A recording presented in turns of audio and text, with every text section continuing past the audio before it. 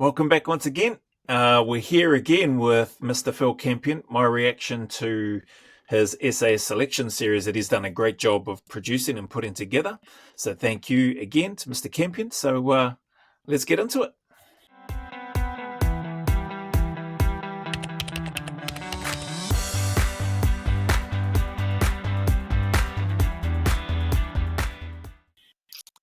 All right, so we're into part 3, the jungle training the trees, part 1. Okay, so this is about 9.5 minutes.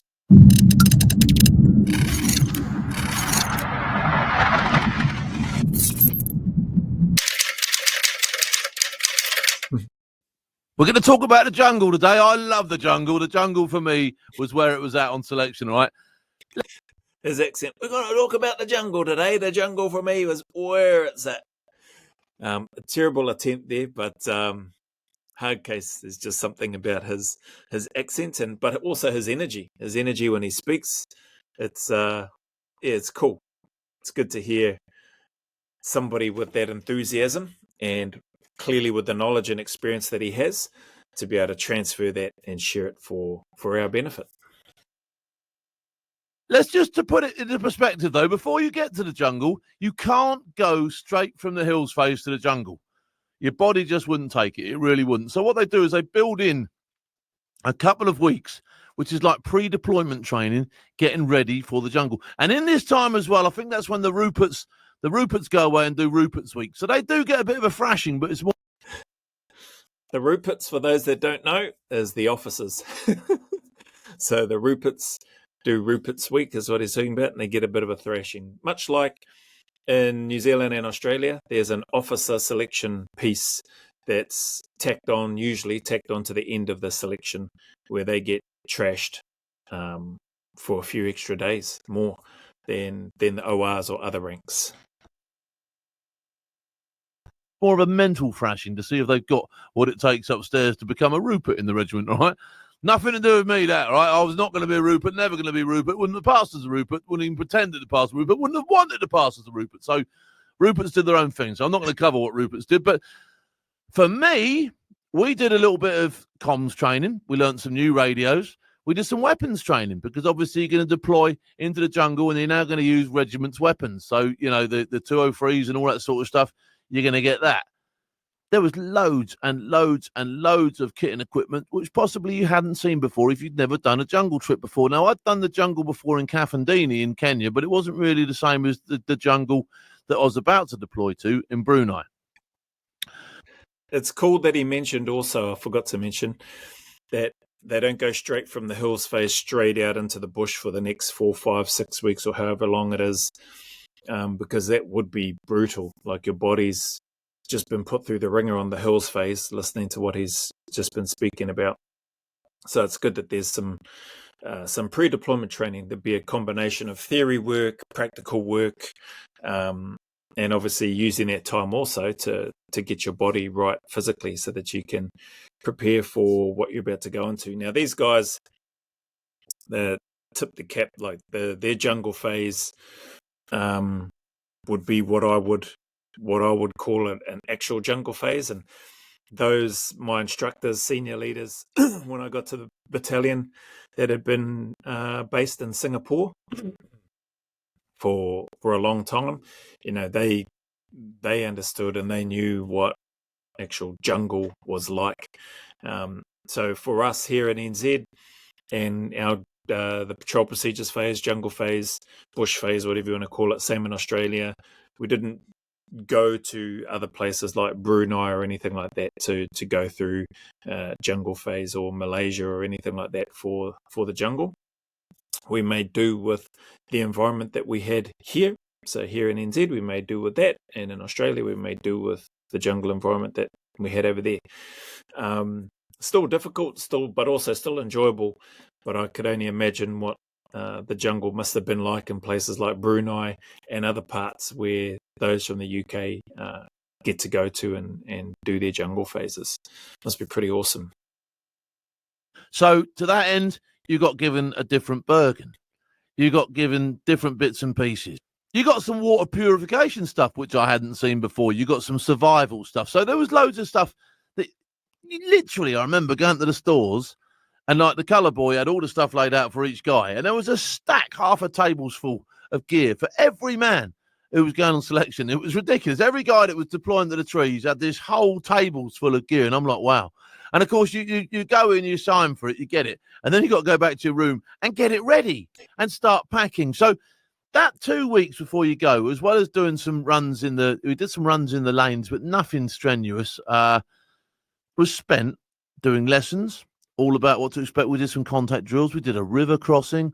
So all the stuff that they could get into you before you got to the jungle that wouldn't waste time under canopy, you spent that 2 weeks doing that in and around Hereford. And like I say, you had to buy loads of stuff. Report writing, just for one, report writing. You had to go and get some rubber gloves because everything gets wet and sticky, and you used to have to present these ridiculously detailed patrol reports in the jungle under canopy. And you need to prep yourself for that. You need to make sure you've got all the right chinographs. You've got to make sure you've got pens and papers and all that sort of stuff. So stuff that you wouldn't necessarily think that you would be taking to the jungle was going to the jungle with you.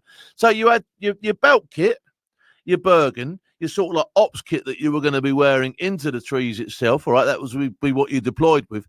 But on the side of that, you were allowed to take sort of like a para bag, which would be full of your bits and pieces that you were going to need for things like orders, presentation, and all that sort of stuff. So some extra cooking stuff. And then you had sort of like between each squad, and squads at that stage were still at about the 6-man patrol, you would have one bag which would have things. We took a wok. We took this great big wok so you could make chips in the jungle, because every so often you get a fresh day and potatoes and that come in, and you'd hate to not be able to make chips when everybody else had chips, wouldn't you? Or not be able to cook a spud when everyone else could cook a spud. So, you've got all this stuff as consideration. That is when it's worth talking to other people that have been on selection, because they'll tell you what you need and what you don't need.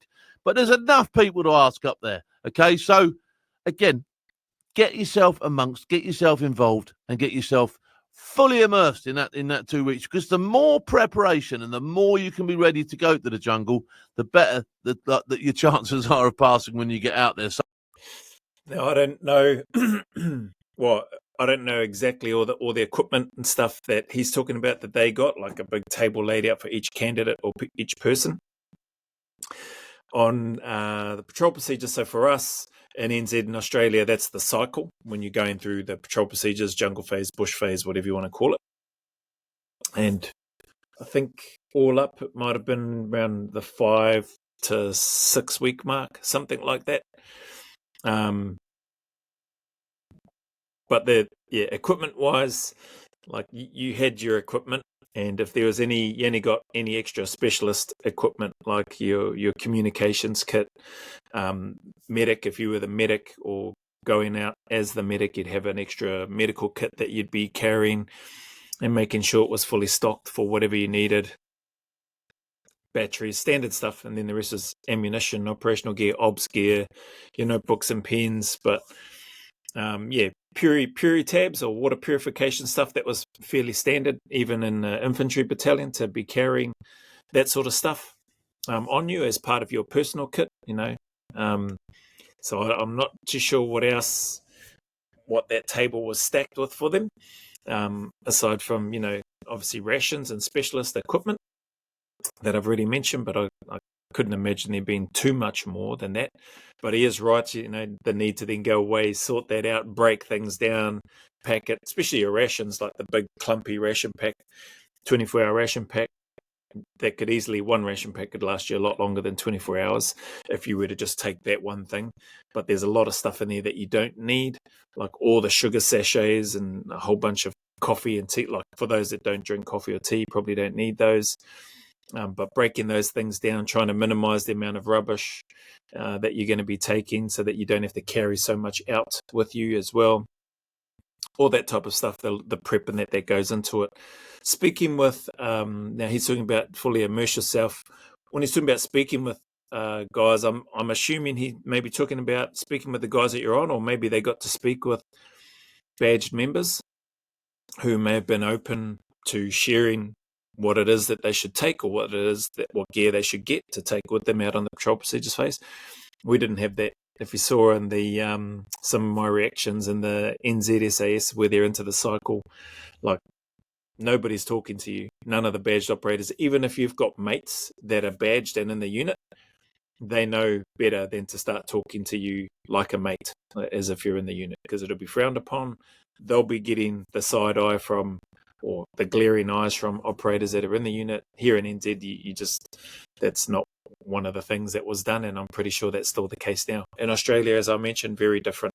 The instructors, after selection, they were encouraging us and telling us to call them by their nicknames, which was mind-blowing for me, coming from NZ and what we'd been exposed to. Not needing to double and run everywhere, again, was mind-blowing for me, but grateful for those different experiences. So, yeah, this guy's sharing a lot of valuable information, man, for those that are, maybe preparing to go on selection. So hopefully people are taking this stuff in, especially those that are going on the 22 selection. So that's the time to be asking questions. If you don't understand anything, ask the question anyway, okay? Because there's nothing worse than thinking that was a really stupid question and not asking it, and then going out there and that was a really stupid mistake. I wish I'd asked that stupid question, all right? That's what you need to be doing, okay? So that 2 weeks was really chock-a-block, and it's a bit of a blur to me because as well as all this going on, my back was mending from various Bergen burns. My eye was still healing. My toenails were growing back. So it's sort of like the body was going under a bit of a rehabilitation. So that 2 weeks really was required. The Ruperts did their Ruperts week. They joined us for the last week, and we did sort of like patrolling skills out in the open and contact drills and all that sort of stuff. And we learnt some really cool things. And now, for me, we were soldiering. So we went down to Bryce Norton. We jumped on the planes. We deployed to Brunei. We got off the planes. When we got off the planes at Brunei, the 4-tonners were waiting for us. We got taken to the jungle camp on the outskirts of the jungle.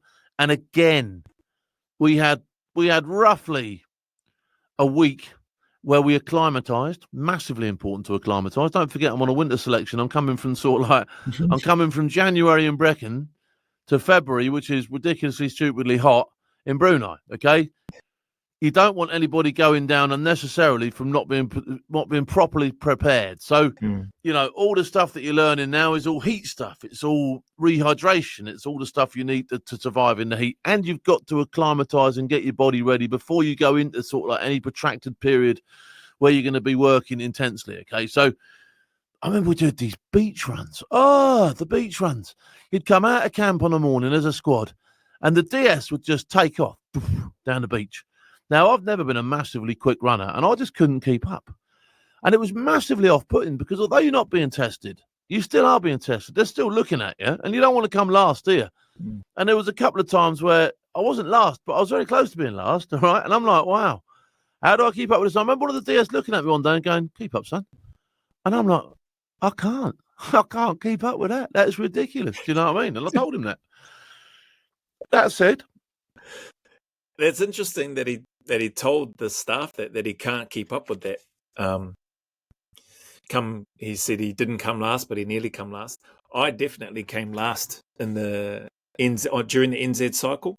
I remember when we were doing part of the patrol procedures phase in Waiouru, and we did a run back from camp. Was it from camp? Yeah, it might have been from camp back to Halwan camp.